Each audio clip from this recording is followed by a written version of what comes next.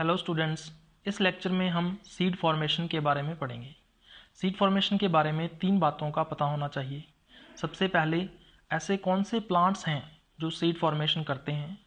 दूसरा, किस प्रकार के जनन के परिणाम स्वरूप सीड का फॉर्मेशन होता है। और तीसरा, पादप का कौन सा भाग सीड में ट्रांसफॉर्म होता है। प्लांट किंगडम को 5 ग्रुप्स में डिवाइड किया गया है: थैलोफाइटा, ब्रायोफाइटा, टेरिडोफाइटा, जिम्नोस्पर्म्स और एंजियोस्पर्म्स। इनमें से जो पहले 3 ग्रुप्स हैं यानी थैलोफाइटा, ब्रायोफाइटा और टेरिडोफाइटा, इनमें सीड का फॉर्मेशन नहीं होता है, जबकि जो अंतिम 2 ग्रुप्स हैं यानी जिम्नोस्पर्म्स और एंजियोस्पर्म्स, इन दोनों ग्रुप्स में सीड का फॉर्मेशन होता है।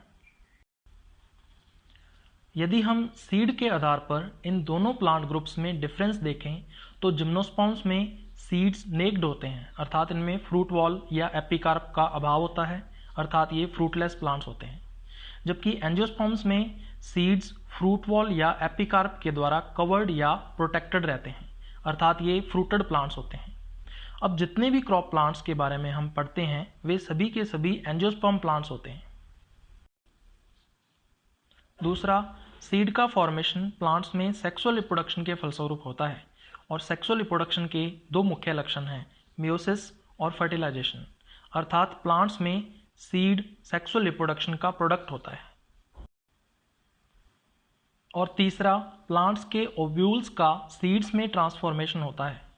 प्लांट के फ्लावर में कार्पेल के 3 भाग होते हैं: stigma, style and ovary. Ovules ovary के अंदर पाए जाते हैं। संपूर्ण ओवरी फ्रूट्स में ट्रांसफॉर्म हो जाती है और इसके अंदर के सभी ओव्यूल्स सीड्स में ट्रांसफॉर्म हो जाते हैं।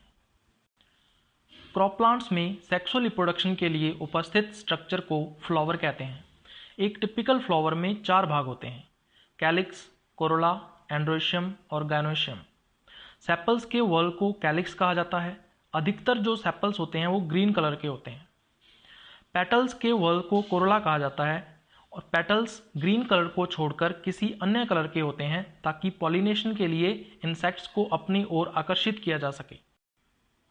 स्टामेन्स के वॉल को एंड्रोशियम कहते हैं। स्टामेन्स प्लांट के मेल रिप्रोडक्टिव पार्ट्स होते हैं। प्रत्येक स्टामेन के अंदर पॉलन ग्रेन्स का निर्माण होता है। कार्पेल्स के वॉल को गायनोशियम कहते हैं। कार्पेल्स प्लांट के फीमेल रिप्रोडक्टिव पार्ट्स होते हैं। प्रत्येक कार्पेल के अंदर ओव्यूल्स का निर्माण होता है। सीड फॉर्मेशन में सबसे पहले हमें ये देखना होगा कि मेल गैमेट्स और फीमेल गैमेट्स इन दोनों का निर्माण कैसे होता है। मेल गैमेट के निर्माण को हम लोग बोलते हैं माइक्रोगैमेटोजेनेसिस और फीमेल गैमेट के निर्माण को हम लोग बोलते हैं मेगागैमेटोजेनेसिस। तो सबसे पहले हम लोग देखेंगे कि माइक्रोगैमेटोजेनेसिस या मेल गैमेट का जो फॉर्मेशन है वो कैसे होता है।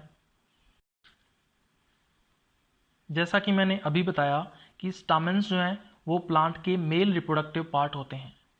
प्रत्येक स्टामेन के 2 भाग होते हैं, एंथर और फिलामेंट। एंथर में पॉलन ग्रेन्स का फॉर्मेशन होता है। एंथर का ट्रांसवर्स सेक्शन काटने पर इसके चारों कोनों पर 4 चैम्बर्स दिखाई देते हैं। ये चैम्बर्स वास्तव में माइक्रोस्पोरेंजिया होती हैं जिनके अंदर डिप्लॉइड पॉलन मदर सेल्स उपस्थित होते हैं। अब माइक्रोस्पोरेंजिया में उपस्थित डिप्लॉइड पॉलन मदर सेल्स में मेयोटिक डिविजन्स होते हैं। जैसा कि डायग्राम में प्रदर्शित किया गया है, प्रत्येक पॉलन मदर सेल में पहले मियोसिस फर्स्ट होता है जिससे डायाड बनता है। डायाड की दोनों सेल्स जो हैं वो हैप्लॉइड होती हैं। फिर डायाड की सेल्स में मियोसिस सेकंड होने से टेट्राड बनता है जिसकी प्रत्येक सेल को माइक्रोस्पोर कहते हैं। अब इस माइक्रोस्पोर टेट्राड के चारों माइक्रोस्पोर्स जो हैं वो अलग अलग हो जाते हैं। प्रत्येक माइक्रोस्पोर में एक हैप्लॉइड न्यूक्लियस होता है। इसमें एक माइटोसिस होने से बाइन्यूक्लिएटेड पॉलन ग्रेन बन जाता है। इस प्रकार प्रत्येक पॉलन ग्रेन में 2 मेल न्यूक्लियस उपस्थित होते हैं। दूसरा हम बात करेंगे मेगागैमेटोजेनेसिस यानी फीमेल गैमेट्स के निर्माण की। जैसा कि मैंने अभी आपको बताया कि कार्पेल प्लांट का फीमेल रिप्रोडक्टिव पार्ट होता है। कार्पेल के 3 भाग होते हैं, stigma, style and ovary. Ovary के अंदर ही ओव्यूल्स का डेवलपमेंट होता है। इमैच्योर ओव्यूल में 4 मुख्य भाग होते हैं: integuments, nucellus, chalaza and funicle. ये चारों भाग जो हैं इनकी सेल्स डिप्लॉइड होती हैं।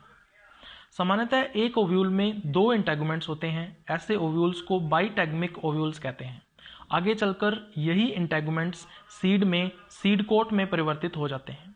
न्यूसेलस एक स्टेराइल टिश्यू होता है। इसकी माइक्रोपाइल के पास वाली कोई एक कोशिका मेगास्पोर मदर सेल में ट्रांसफॉर्म हो जाती है। अब इस डिप्लॉयड मेगास्पोर मदर सेल में मियोटिक डिवीजन होता है। पहले मियोसिस फर्स्ट होता है जिससे डायाड बनता है। डायाड की दोनों सेल्स जो हैं वो हैप्लॉइड होती हैं। फिर डायाड की सेल्स में मियोसिस सेकंड होने से लीनियर टेट्राड बनता है जिसकी प्रत्येक सेल को मेगास्पोर कहते हैं। अब यहाँ याद रखने वाली खास बात यह है कि लीनियर मेगास्पोर टेट्राड का फॉर्मेशन एंजियोस्पर्म का कैरेक्टरिस्टिक फीचर है, अर्थात सभी एंजियोस्पर्म्स में मेगास्पोर टेट्राड हमेशा लीनियर होता है। इन चारों मेगास्पोर्स में से नीचे के 3 मेगास्पोर्स डिजेनरेट हो जाते हैं और ऊपर का केवल एक ही मेगास्पोर जीवित रहता है। अब इस हैप्लॉइड मेगास्पोर के न्यूक्लियस में 3 सक्सेसिव माइटोटिक डिवीजन्स होते हैं जिससे 8 न्यूक्लिएटेड स्टेज बनती है। इनमें से 6 न्यूक्लियाई 3 प्रकार की सेल्स में ट्रांसफॉर्म हो जाते हैं, 2 एंटीपोडल सेल्स, 1 एग सेल और 3 साइनर्जिड्स, तथा शेष बचे 2 न्यूक्लियाई पोलर न्यूक्लियाई के रूप में सेंटर में रहते हैं। इस प्रकार बनी 8 न्यूक्लिएटेड व 7 सेल्ड स्ट्रक्चर को एम्ब्रियो सैक कहते हैं। इस प्रकार ओव्यूल में जब एम्ब्रियो सैक बनकर तैयार हो जाता है तो अब इस ओव्यूल को मैच्योर ओव्यूल कह सकते हैं। सेक्सुअल रिप्रोडक्शन का नेक्स्ट स्टेप है पॉलिनेशन। जब स्टामेन्स के एंथर्स मैच्योर हो जाते हैं तो इनका डेहिसेंस होता है जिससे पॉलन ग्रेन्स बाहर आ जाते हैं। अब इन पॉलन ग्रेन्स को विंड या इंसेक्ट्स के द्वारा कार्पेल की स्टिग्मा तक पहुंचाया जाता है। यह प्रक्रिया पॉलिनेशन कहलाती है। जब पॉलन ग्रेन स्टिग्मा पर पहुंच जाता है तो इसका जर्मिनेशन होता है। जर्मिनेशन से इसमें से एक जर्म ट्यूब निकलती है जिसे पॉलन ट्यूब कहते हैं। पॉलन ट्यूब नीचे की ओर स्टाइल में वृद्धि करती है। इस पॉलन ट्यूब की टिप पर दोनों मेल न्यूक्लियाई भी उपस्थित होते हैं। स्टाइल से होकर वृद्धि करती हुई पॉलन ट्यूब मैच्योर ओव्यूल तक पहुंच जाती है तथा दोनों मेल न्यूक्लियाई को एम्ब्रियो सैक के अंदर छोड़ देती है। इस प्रकार दोनों मेल न्यूक्लियस एम्ब्रियो सैक के अंदर आ जाते हैं। उसके बाद सेक्सुअल रिप्रोडक्शन का नेक्स्ट इंपॉर्टेंट स्टेप है फर्टिलाइजेशन। एंजियोस्पर्म्स में फर्टिलाइजेशन के 2 लाक्षणिक गुण होते हैं, double fertilisation and triple fusion. Double fertilisation का मतलब है कि इन प्लांट्स में 2 बार फर्टिलाइजेशन होता है। पहले फर्टिलाइजेशन में एक मेल न्यूक्लियस एग सेल से फ्यूज होता है जिसके फलस्वरूप डिप्लॉयड जाइगोट बनता है। दूसरे फर्टिलाइजेशन में दूसरा मेल न्यूक्लियस दोनों पोलर न्यूक्लियाई से फ्यूज होता है जिसके फलस्वरूप ट्रिप्लॉयड प्राइमरी एंडोस्पर्म न्यूक्लियस अर्थात पैन बनता है। अब ट्रिपल फ्यूजन से क्या मतलब है? जैसा कि डायग्राम में प्रदर्शित है, दूसरे फर्टिलाइजेशन में 3 न्यूक्लियस आपस में फ्यूज होते हैं। यह प्रक्रिया ट्रिपल फ्यूजन कहलाती है। उसके बाद सेक्सुअल रिप्रोडक्शन का नेक्स्ट इंपॉर्टेंट स्टेप है डेवलपमेंट। डिप्लॉयड जाइगोट में रेगुलर माइटोटिक डिवीजन्स होने से यह एम्ब्रियो में परिवर्तित हो जाता है तथा ट्रिप्लॉयड पैन में माइटोटिक डिवीजन्स होने से यह एंडोस्पर्म में विकसित हो जाता है। एंडोस्पर्म एम्ब्रियो के लिए पैक्ड लंच होता है, अर्थात यह एम्ब्रियो को न्यूट्रिशन प्रदान करने का कार्य करता है।